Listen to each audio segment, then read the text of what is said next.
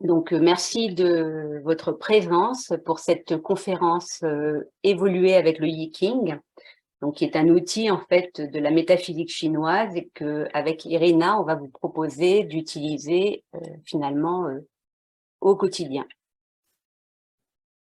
Alors, donc du coup, je suis très heureuse aujourd'hui d'animer cette conférence en collaboration avec Irina. Donc avec Irina, en fait, on s'est rencontrés au cours d'une formation Feng Shui il y a 7 ou 8 ans, largement, je dirais. Et depuis, en fait, on a pris l'habitude d'étudier ensemble donc, sur différents volets de la métaphysique chinoise. Donc, le Yi-King qu'on a étudié, approfondi ensemble, mais aussi le Bazi, c'est-à-dire l'astrologie chinoise, et bien sûr le Feng Shui. Et puis, j'espère qu'il y aura d'autres choses par la suite. Par rapport au Yi-King, en fait, on a notamment étudié en profondeur un livre qui s'appelle le livre de la simplicité et qui n'a de simple finalement que le nom. Et le point commun en fait qu'on a avec Irina, c'est de vouloir vraiment appliquer ces outils au jour le jour, de façon à ce qu'ils servent à quelque chose et puis qu'ils soient de plus en plus faciles à appréhender. Alors voilà le déroulement en fait de la conférence de ce soir. Donc, on va se présenter chacune rapidement. On va vous expliquer donc ce qu'est le Yi-King, à quoi il sert. On parlera de nos parcours respectifs par rapport au Yi-King. On vous parlera également de l'histoire du Yi-King, comment il fonctionne, et on fera pour ça un petit zoom sur les fondamentaux de la métaphysique chinoise. On vous expliquera en fait quelles sont les différentes façons d'utiliser, de tirer le Yi-King. Je vous propose maintenant de vous présenter, ou plutôt de laisser Irina se présenter. Oui, merci.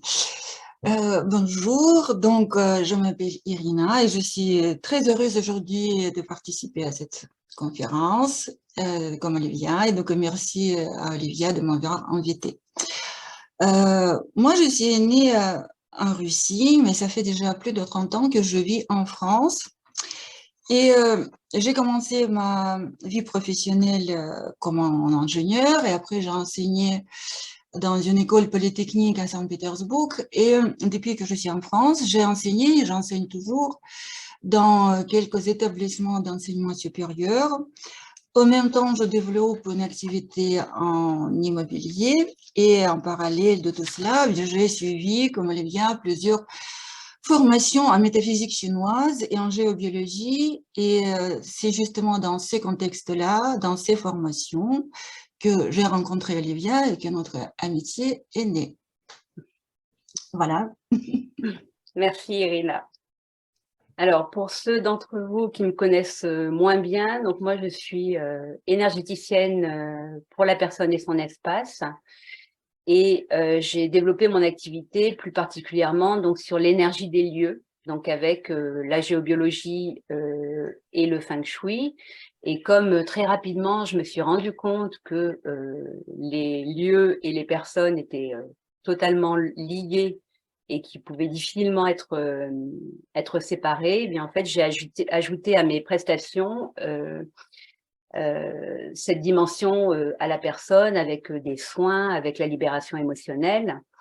Et je dirais en fait que ma spécificité, donc au-delà de faire remonter les énergies des lieux, d'ailleurs avec mes clients, au-delà de neutraliser les phénomènes qui dérangent et d'amplifier les phénomènes positifs, c'est vraiment à chaque fois de leur permettre, de vous permettre d'accéder toujours davantage au vrai en vous. Aller toujours en fait vers plus d'autonomie, plus de responsabilité. On pourrait parler de souveraineté, accéder à sa sagesse intérieure, au vrai en soi. Donc le Yi-King, c'est exactement ça en fait. Voilà. Sinon, je suis installée à Billon, dans le Puy-de-Dôme, mais je travaille, allez, on va dire dans 90% des cas à distance. Donc sur la région Auvergne, mais aussi bien au-delà, en fait, à des milliers de kilomètres de là. Alors, qu'est-ce que le Yi-King, Irina? est-ce que tu veux bien nous parler de ce fameux Yiking? Oui, ben justement, c'est un fameux King parce que enfin, c'est difficile de dire en seul mot qu'est-ce que c'est le King. Le King, c'est un livre. Oui, c'est un livre. On l'appelle aussi le livre de mutation, le livre des transformations, le livre de changement. Mais en fait, c'est pas vraiment un livre à lire, mais plutôt un livre à méditer ou interroger. Le Viking, c'est un livre de sagesse millénaire qui nous guide, on peut dire, dans nos actions. En fait, ça nous aide de nous prendre de bonnes décisions. Et on peut dire que c'est vraiment un outil fascinant qui, bien qu'ayant des milliers d'années d'âge, est toujours à même de nous répondre à nos questions contemporaines et de nous permettre de mieux comprendre les situations que nous vivons aujourd'hui. Voilà, donc moi ce que je rajouterais par rapport à cette présentation du Yiking, en fait, c'est la signification de Yi et King. Donc Yi, en fait, ça veut dire changement en traduction littérale. Et puis l'idéogramme, en fait, de Yi, donc le premier hein, sur la diapo orange, il représente en fait l'alternance de pluie et de soleil, l'alternance de lune et de soleil. En fait, ce yi, donc, il représente ce changement continu. Et puis le deuxième idéogramme, en fait, est la traduction de King. Alors, on dit Ging ou King, en fait, c'est soit un J, soit un K, hein, ça n'a pas tellement d'importance, mais ça veut dire en fait classique. Et en termes de symbolique, en fait, dans les diagrammes, dans le dessin, ce King, il représente la soie. Donc, en fait, il représente un réseau tissé et comme la trame solide d'une étoffe qui contient des vérités. Et il représente aussi une équerre de charpentier, donc une autre signification, mais du coup c'est intéressant parce que c'est un outil en fait, un outil du quotidien, en tout cas pour un charpentier. Et donc ça nous ramène en fait à la chance de l'homme ou à l'effort de l'homme en fait, voilà dans sa vie. Donc livre de sagesse, livre d'action. Il dit pas l'avenir, il dit pas la vérité non plus parce qu'il peut dire notre vérité, mais en fait il y a autant de vérités qu'il y a de personnes. Mais il fait mieux que ça puisque vraiment il nous aide à agir. Donc le Yiking amorce en nous un processus au bout duquel on va pouvoir déterminer par nous-mêmes l'attitude la plus appropriée à la situation à laquelle nous sommes confrontés.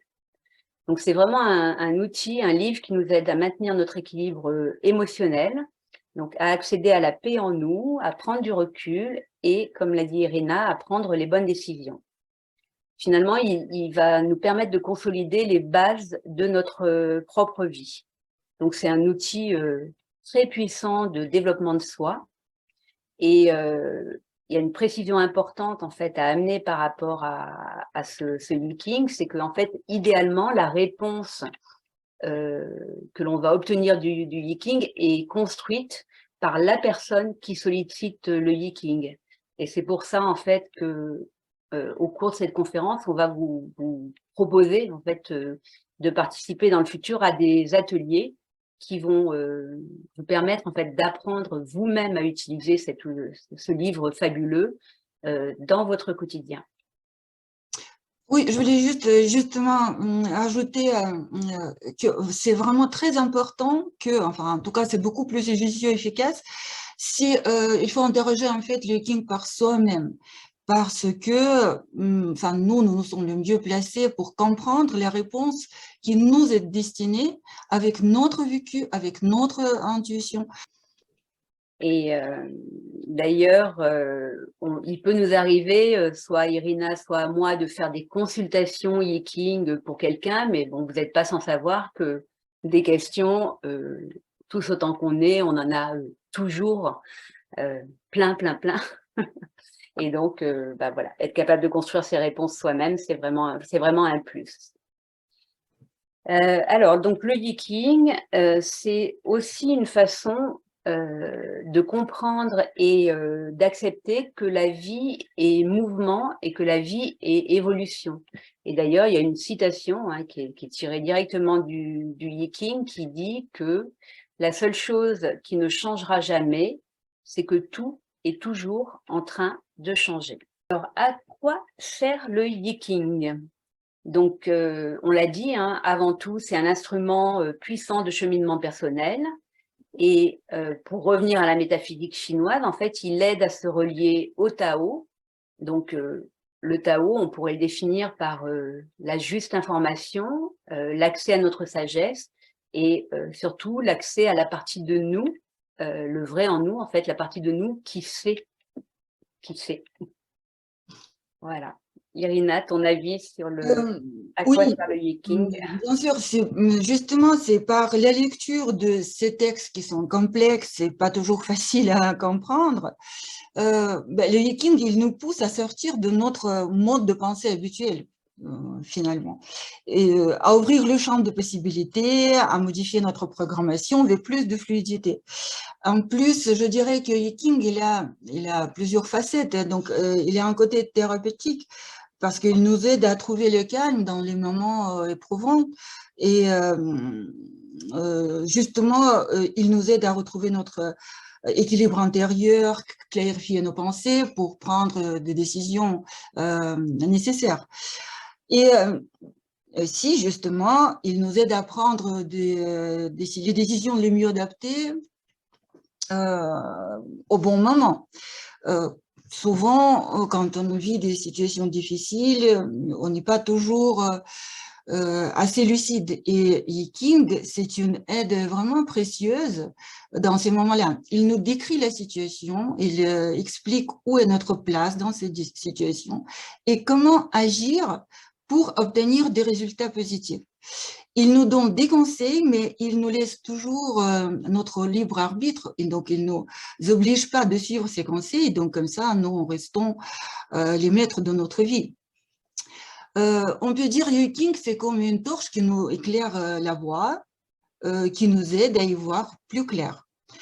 Et parfois, ça suffit juste de poser une question, où est-ce que j'en suis dans ma vie, et interroger le King. Et il va vraiment nous répondre à cette question, il nous aidera à mieux comprendre la période que nous traversons, et cela nous permet d'être plus confiants dans notre avenir. Je vais vous parler de mon parcours avec le Yi-King, les résultats en fait concrets que peut amener le Yi-King. Donc moi en fait j'ai commencé avec le livre de Cyril Javary, donc le gros livre rouge hein, que tout le monde connaît ou presque. Et en fait c'est vraiment une façon de commencer le Yi-King qui est plutôt difficile à appréhender. Mais malgré ça, et avec la toute petite expérience de la métaphysique chinoise que j'avais, c'était au début où j'étudiais le Feng Shui finalement, ben, ça m'a vraiment aidé en fait à sortir d'une forme de boucle monotone en termes de pensée. Donc boucle monotone et plutôt négative en fait, qui était là en fond et bien souvent. Et je m'en suis servi notamment pour prendre des décisions avant de quitter un emploi confortable de salarié. Dans un premier temps, j'ai pas réalisé un vrai changement et du coup, c'est les interrogations et les réponses du Yi-King qui m'ont permis en fait de faire cette bascule vers un métier complètement nouveau. Et je me suis retrouvée dans une période en fait au niveau de mon poste de salarié qui était très inconfortable parce que mes patrons savaient que je devais partir et les relations se sont tendues en fait sur la dernière année, on va dire. Et tous les dimanches soirs notamment, j'ai interrogé le Yi-King pour faire en sorte en fait de passer une bonne semaine. Et j'avais vraiment des réponses et des propositions qui étaient extrêmement judicieuses, voire même en fait des intuitions ou des prédictions sur la semaine qui allait se passer. Et puis bon, après je l'ai utilisé beaucoup, hein, j'ai noirci des pages et des pages de cahiers avec le Yi-King, donc je vous explique pas tout.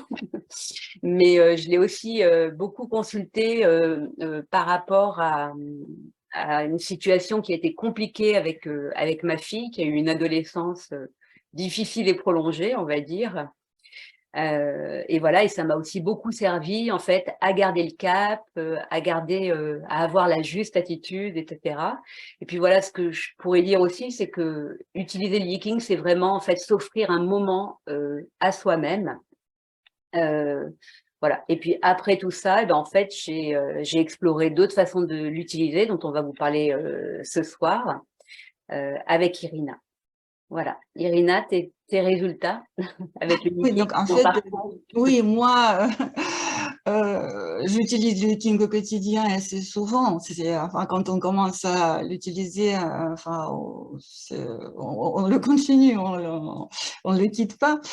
En fait, le Yiking, c'est en base de toutes les branches de la métaphysique chinoise, mais pour ma part, j'ai commencé mes études, comme Olivia, en matière par le Feng Shui, en fait. Et c'est seulement quand je traversais une période assez difficile de ma vie, il y a quelqu'un de mon entourage qui m'a conseillé d'interroger le Yiking. Donc, au début, je ne comprenais pas grand-chose dans ces textes qui décrivaient des événements d'une autre culture et d'une époque lointaine. Mais en fait, comme on a dit, c'est par l'effort de la compréhension de ces textes, en fait, il y a une sorte de connexion qui est née. Et en fait, c'est comme une intuition était plus aiguisée et je voyais beaucoup mieux ce que je devais faire, en fait.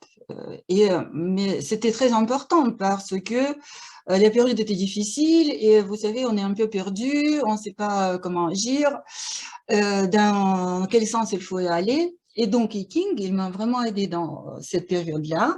J'ai traversé cette période magiquement bien.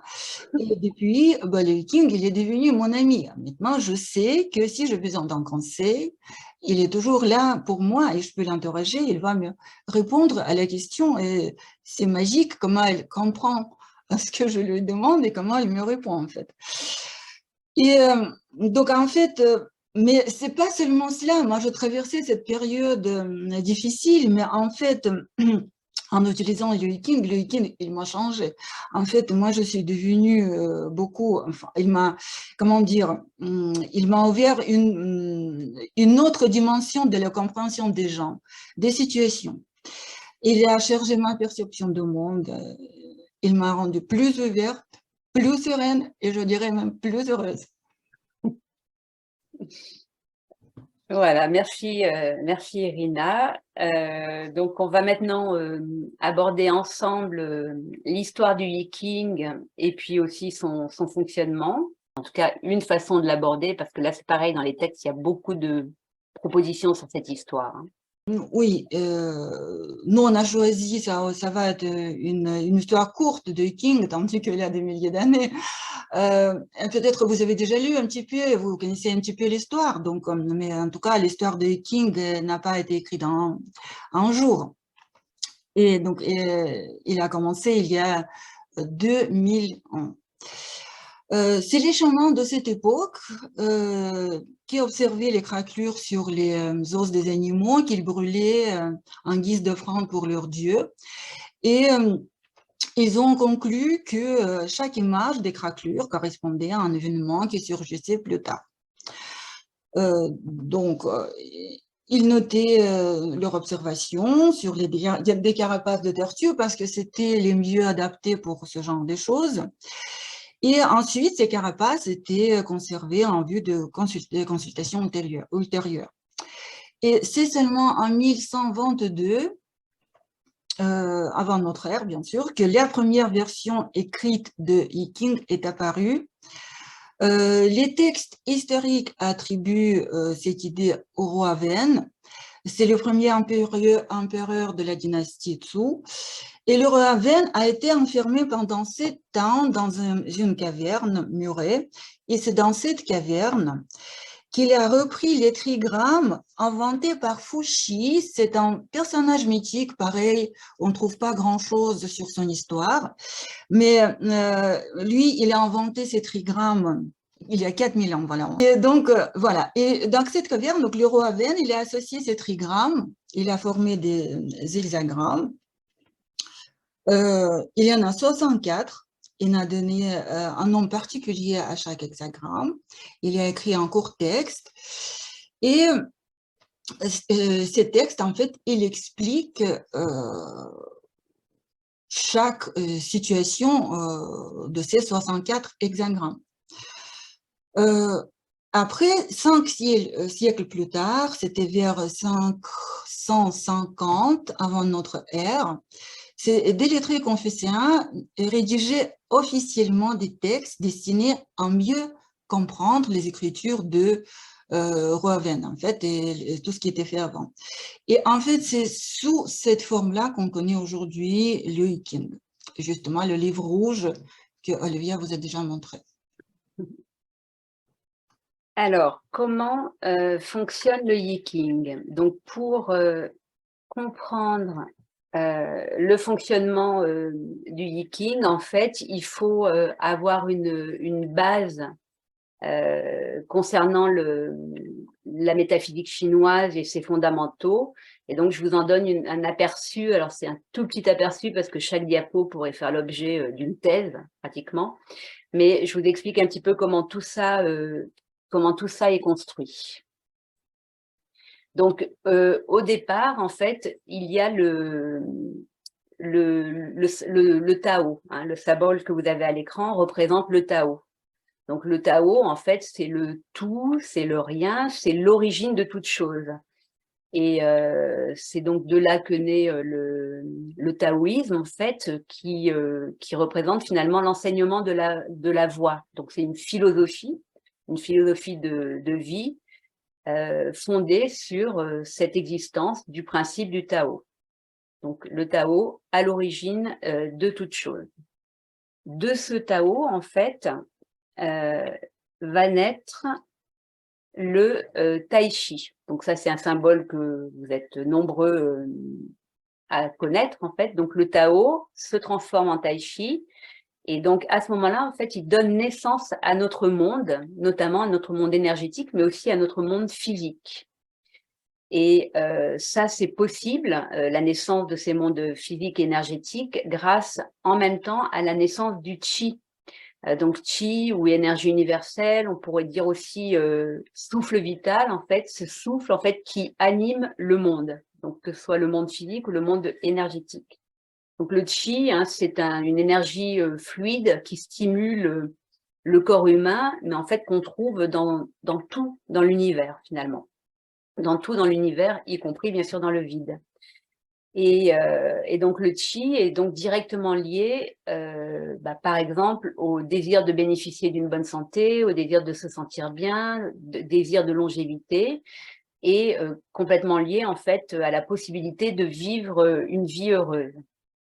Donc le Tao apporte donc au niveau physique et au niveau énergétique, en fait, cet équilibre par l'intermédiaire du yin et du yang qui sont représentés donc sur ce Tao, avec la partie yang en blanc, la partie yin en noir, et puis toujours un peu de yin dans le yang ou un peu de yang dans le yin. En fait, ils sont vraiment tout le temps corrélés, en interaction, et voilà, ils n'existent pas l'un sans l'autre finalement.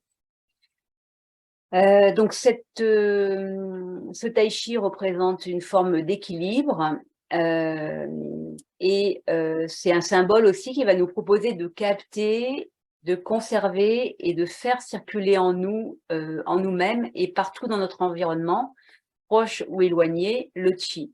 Donc, en fait, la médecine traditionnelle chinoise, il y a la diététique chinoise, le qigong, le tai chi, le feng shui, le bazi et le yiking sont toutes des disciplines ancestrales qui sont basées sur ce principe. Donc, le yin et le yang, ou yang et yin, d'ailleurs, on ne devrait même pas dire yin et yang, mais on devrait dire yin-yang ou yang-yin, peut être aussi représenté par ces traits qu'on appelle des yao. Donc, le yang avec un trait continu et le yin avec un trait discontinu. Donc, le Tao, le Tai Chi, le yin-yang Et de là, en fait, vont naître les trigrammes.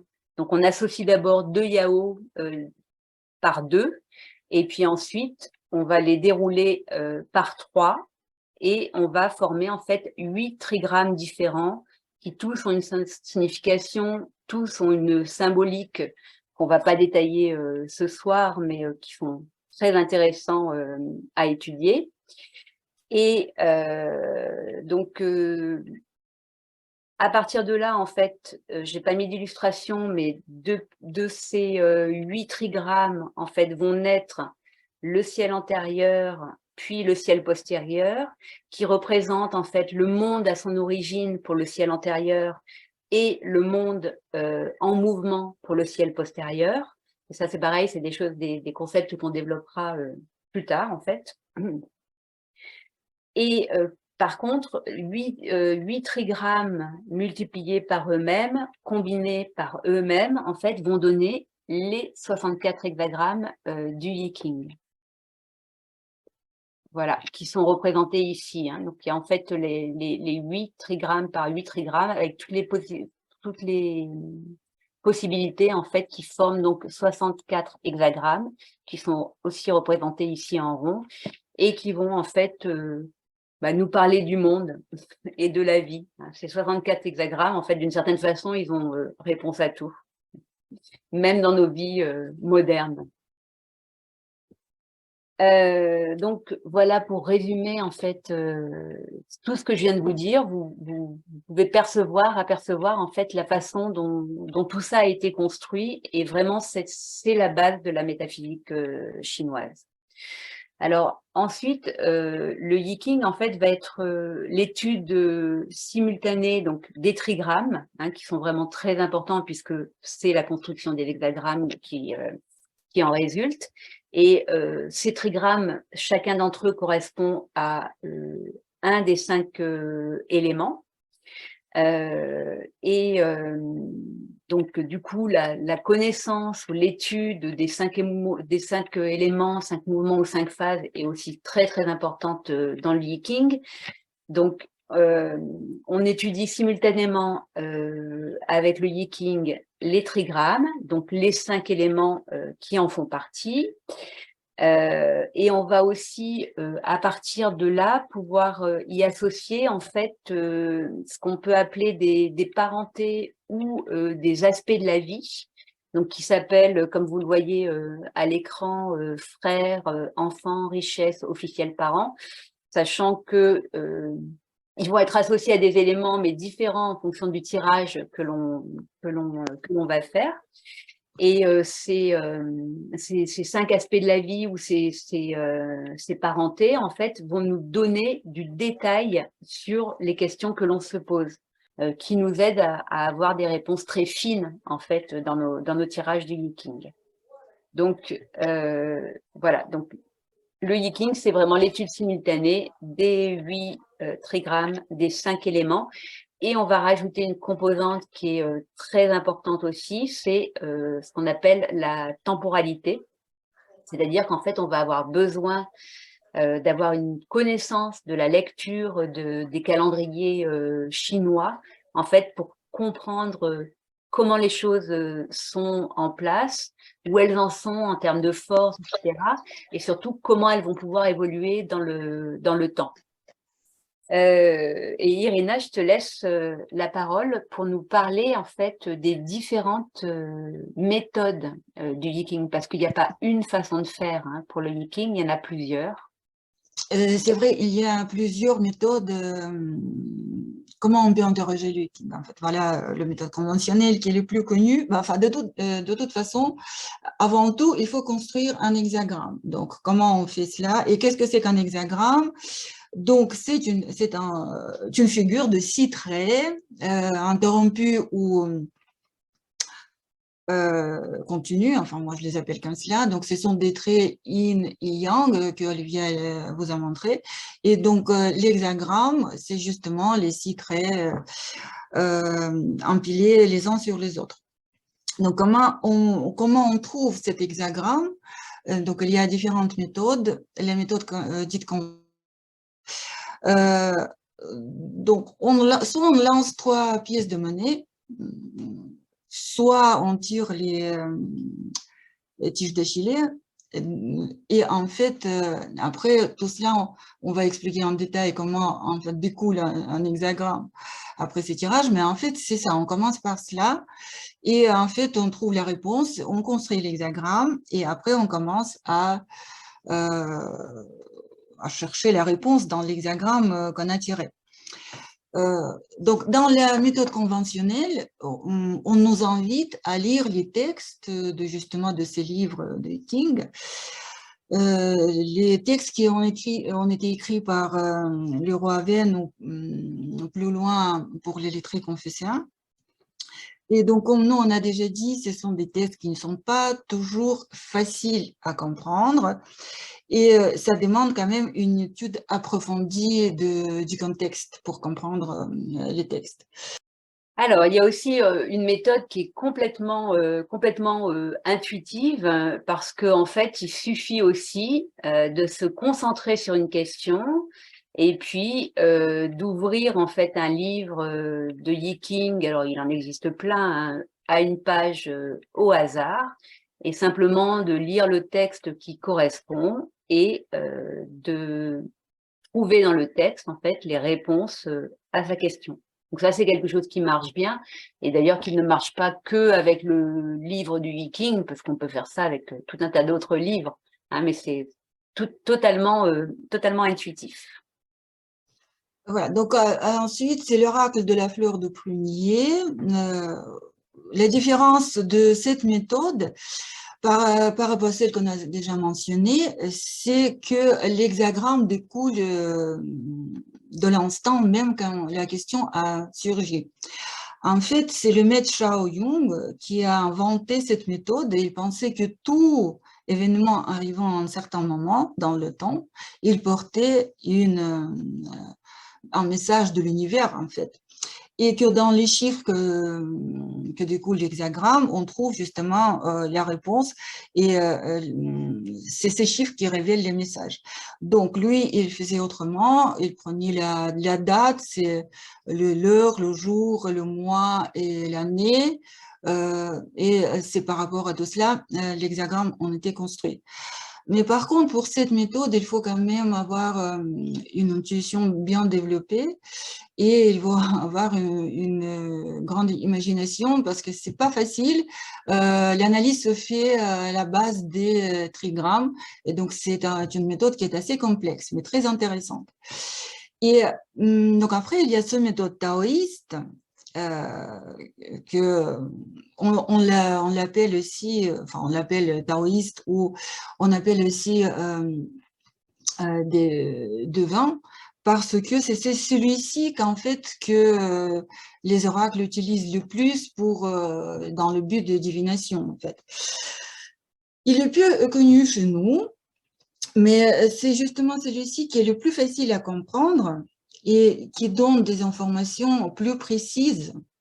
Donc, les réponses à nos questions sont beaucoup plus précises. Ce n'est pas les textes parfois évasifs et difficiles à comprendre de Viking conventionnel, mais cette méthode elle est basée à la connaissance de 5 éléments dont justement Olivia elle a parlé. Quoi qu'il en soit, et même si on dit que cette dernière méthode est plus facile, il y a quand même besoin de comprendre la métaphysique chinoise, d'avoir vraiment une habitude en fait d'utiliser les 5 éléments, de décoder les trigrammes. C'est vraiment un plus en fait pour lire les réponses du Yi-King, parce que du coup quand on apprend à utiliser les 5 éléments finalement au quotidien, on va avoir des réponses qui vont fuser, qui vont être beaucoup plus rapides en fait, comme ça. Donc, comme on l'a déjà précisé, un tirage réalisé par la personne qui se pose la question sera beaucoup plus intéressant qu'une simple consultation Yi-King. Et pour ça, ben voilà, il faut vraiment avoir les bases de la philosophie taoïste.